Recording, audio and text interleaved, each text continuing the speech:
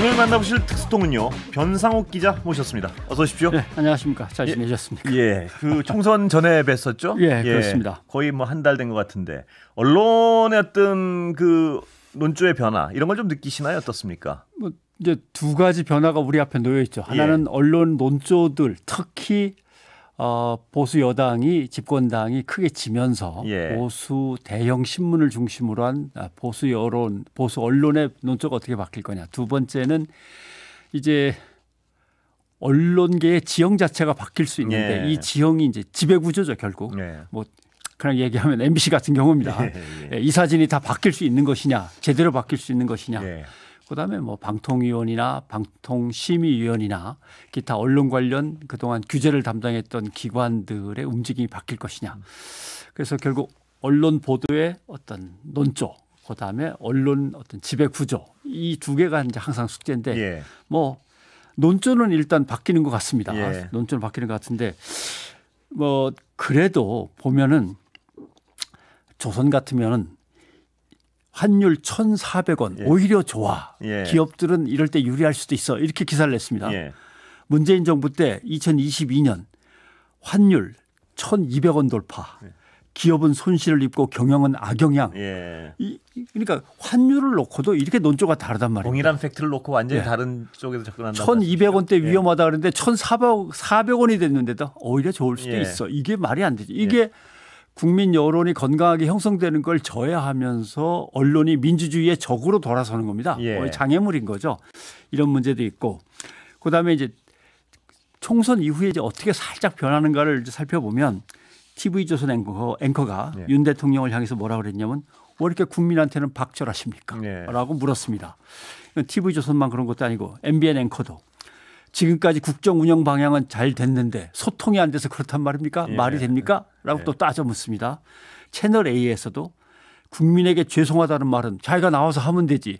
자기는 그런 말 안 하고 들어간 다음에 참모진 시켜갖고 그 말 내가 빠졌으니까 그거 다 그런 뜻이라고 얘기를 좀 해. 와서 참모진이 나중에 와갖고 국민께 죄송하다는 뜻을 밝히나. 어떻게 이런 일이 벌어질 수 있나. 이렇게 보니까. 근데 저는 이 얘기를 들으면서 되물을 수밖에 없습니다. 첫째. 그럼 언론은 왜 국민한테 그동안 그렇게 박절했던 것인가? 국민들이 아우성 치면서 문제 제기를 해도 박절했죠. 그럼 언론의 변신은 바퀴벌레도 우습게 볼 수밖에 없는 거 아니냐? 그다음 언론이 제 역할을 다 했는데 국민들한테 소통이 잘 안 돼서 전달이 잘 안 돼서 그럼 언론을 오해하고 있었단 말인가? 그리고 국민을 대변하는 비판 뭐 언론이 할 수 있는 거고 언론의 직무입니다마는 왜 총선에서 꼭 결과가 저렇게 나와야만 그게 시작되는가? 이것도 언론의 논조의 변화에 대해서 국민들이 물을 수밖에 없는 물음이죠. 총선에서 진 다음에도 많이 변했지만 그 지기 직전부터 좀 변한 것 같습니다. 지기 직전부터 살살 발을 빼다가 이제 변하기 시작하는 거죠. 근데 이 언론사의 어떤 이념 지향에 따라서 뭐 정부를 비판하고 하는 건 있을 수 있는 일 아니겠습니까? 그렇습니다. 어떤 비판 보도가 나올 수 있습니다. 우리가 갖고 있는 가치관이나 우리의 사시, 강령은 이런 거니까 그거에 입각해서 그 세계관을 통해서 정책이라든가 정부의 어떤 입장 또는 정치적인 지형을 비판할 수 있는데 그게 총선에서 이쪽이 참패했기 때문에 저쪽이 크게 이겼기 때문에 달라진다면 이거는 정파적인 어떤 변신 내지는 기회주의의 속성이라고밖에 볼 수 없는 거죠. 사실은 국정 운영이 난맥상을 보였다. 라고 하는 것이 사실 오래전부터 국민들에 의해서 비판을 받아온 거 아닙니까? 그래서 지지율이 떨어지기도 했던 것이고 그러면 또 이걸 보도하는 동료 언론들은 엄청난 통제와 압박에 시달리기도 했고 거기에 대해서 한마디도 안 하고 있다가 슬그머니 총선의 어떤 전망이라든가 이런 걸 감지하면서 또 총선 결과가 나오면서 움직인다. 그거는 무엇을 위해서 무엇 때문에 갑자기 이런 비판을 시작하는 것인가라고 되묻지 않을 수 없는 거죠. 그렇다면 이 어떤 그 논조가 획기적으로 바뀐 이 보수 언론들의 이 논조나 정부 비판은 계속될까요? 어떻게 보십니까? 저는 계속되지 않을 거라고 봅니다. 왜냐하면 지금 자기들이 갖고 있는 보수 기득권의 지형이 크게 흔들리고 있어서 그 흔들림이 안정되는 데까지만 비판을 가해서 빨리 수술을 하거나 개선하도록 하고 그게 어느 정도 자리가 잡히면 다시 뭐 오뚜기처럼 원위치로 돌아갈 거라고 봅니다. 왜냐하면 정작 중요한 정치적 결정이나 정치적 정책에 대해서는 얘기를 안 합니다. 예. 국민의 뜻을 받아들이십시오. 겸허히 받아들이십시오. 통렬하게 반성하십시오. 막연한 추상적인 얘기만 예. 던지지 예. 특검법 받아들이십시오. 이런 얘기는 안 나오지 않습니까? 예를 들면 그다음에 그동안의 외교 정책에서 난맥상은 이렇게 다시 푸십시오. 대중국 관계는 이렇게 수정을 해야 됩니다. 뭐 이런 얘기들 하나도 안 나오고 그냥 막연하게 국민의 뜻을 겸허히 받아들이십시오. 이런 말만 계속 한단 말이죠. 예. 이건 결국 언젠가 다시 되돌아갈 거라는 이제 느낌을 갖게 하는 거죠. 예. 그다음에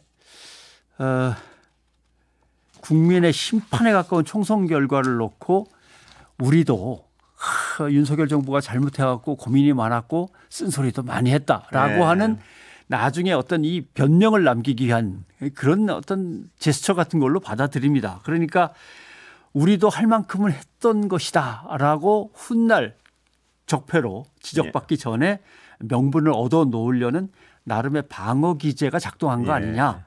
이렇게 생각할 수밖에 없는 거죠. 어차피 지금 정권 자기네들이 밀어줬던 정권을 흔들리고 있으니까 빨리 제자리로 돌려놓고 또 그게 잘 안 됐을 경우 우리도 지난 정권에 대해서 네. 상당히 비판했다. 이런 이제 명분을 얻으려는 방어 기제라고 봅니다. 정부의 소통 방식에 대해서도 비판이 많았지 않습니까? 그렇죠. 그런데 예. 이번에 그 정진석 비서실장 새로 임명되면서 뭐 소통이 나아질 것이다 이런 얘기를 하는 사람들도 일각에서는 있습니다만 어떻게 보세요? 지금까지 이제 저 말씀드린 거에 대한 그 혼란과 혼선이 거기에서 비춰집니다. 예. 예를 들면 조선을 보면 사설에는 23일 날 뭐라고 그랬냐면 정진석 실장 이 사람은 국민의 눈높이에서 대통령한테 객관적인 관점에서 말씀을 드리겠다고 하는데 그럴 약속을 지킬 거라고 본다. 예. 예. 나름대로 대통령이 이런 직언을 잘 받아들이면 나라 분위기가 좋아질 거다. 사설은 이렇게 얘기했는데 TV조선의 앵커는 뭐라고 얘기하냐면 민심을 전할 거라는 기대 그러나 쓴소리는 결국 못하고 말 거라는 의구심 예. 둘 다 있다라고 하면서 두루 원만하다는 평가를 받지만 참신하지는 않다.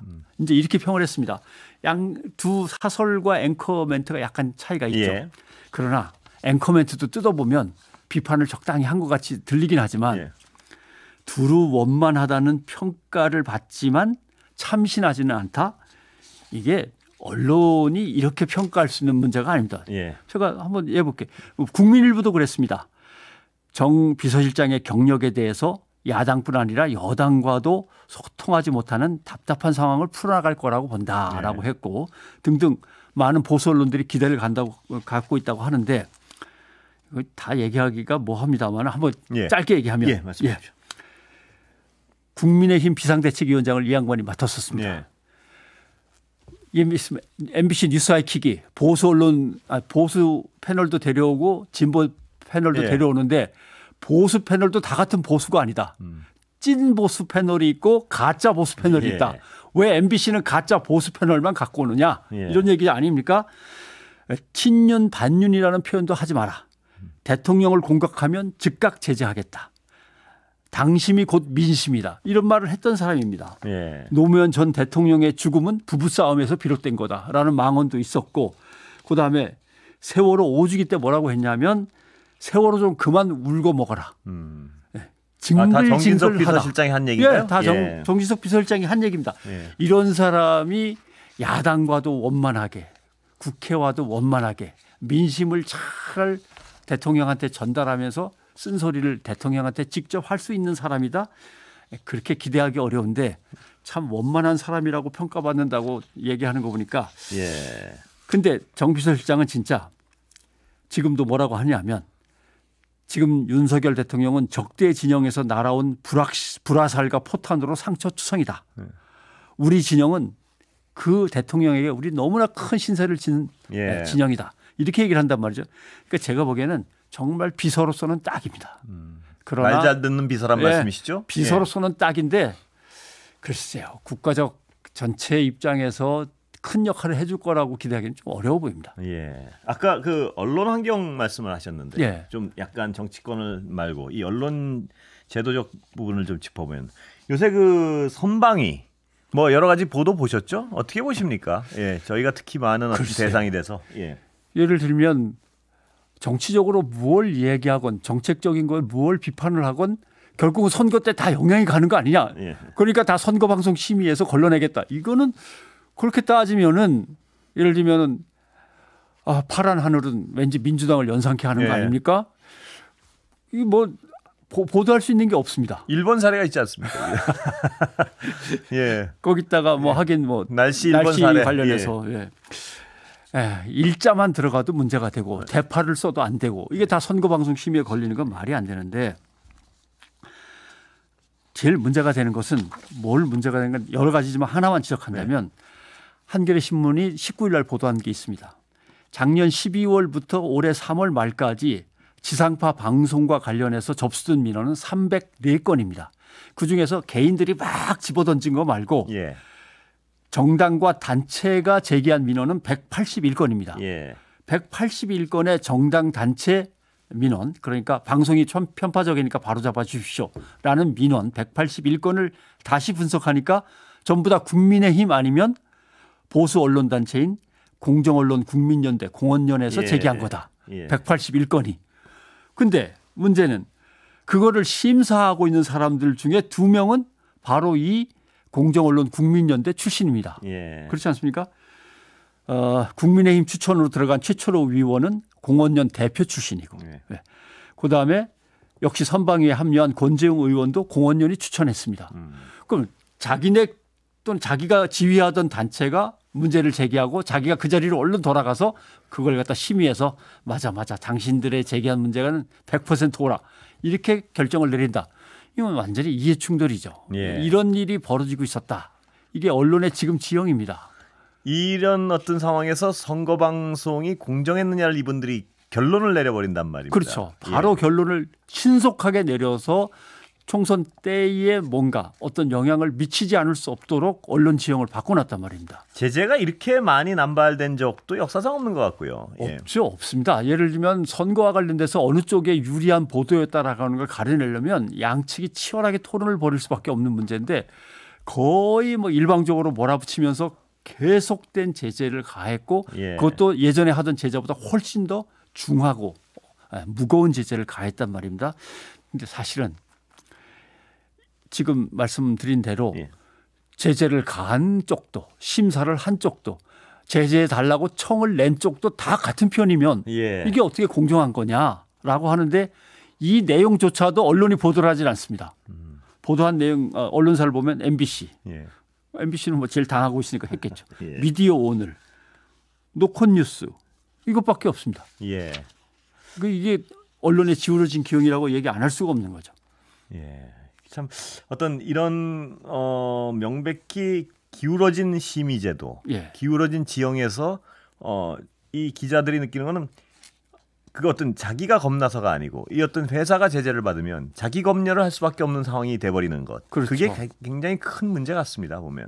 근데 대한민국은 이렇게 자기 검열이 심해질 줄 몰랐습니다. 예. 심지어는 뭐 갑자기 엉뚱한 주제가 나옵니다만 세월호 유가족들과 이태원 참사 유가족들조차도 슬픔을 스스로 검열하라는 거 아닙니까? 표현하면 안 된다는 거 아닙니까? 그러니 뭐 언론의 보도가 검열을 안 받을 수가 없는 거죠. 물론 정파적으로 나름대로 언론도 어떤 특정의 성향을 가질 수는 있습니다. 예. 그거에 입각해서 보도를 하죠.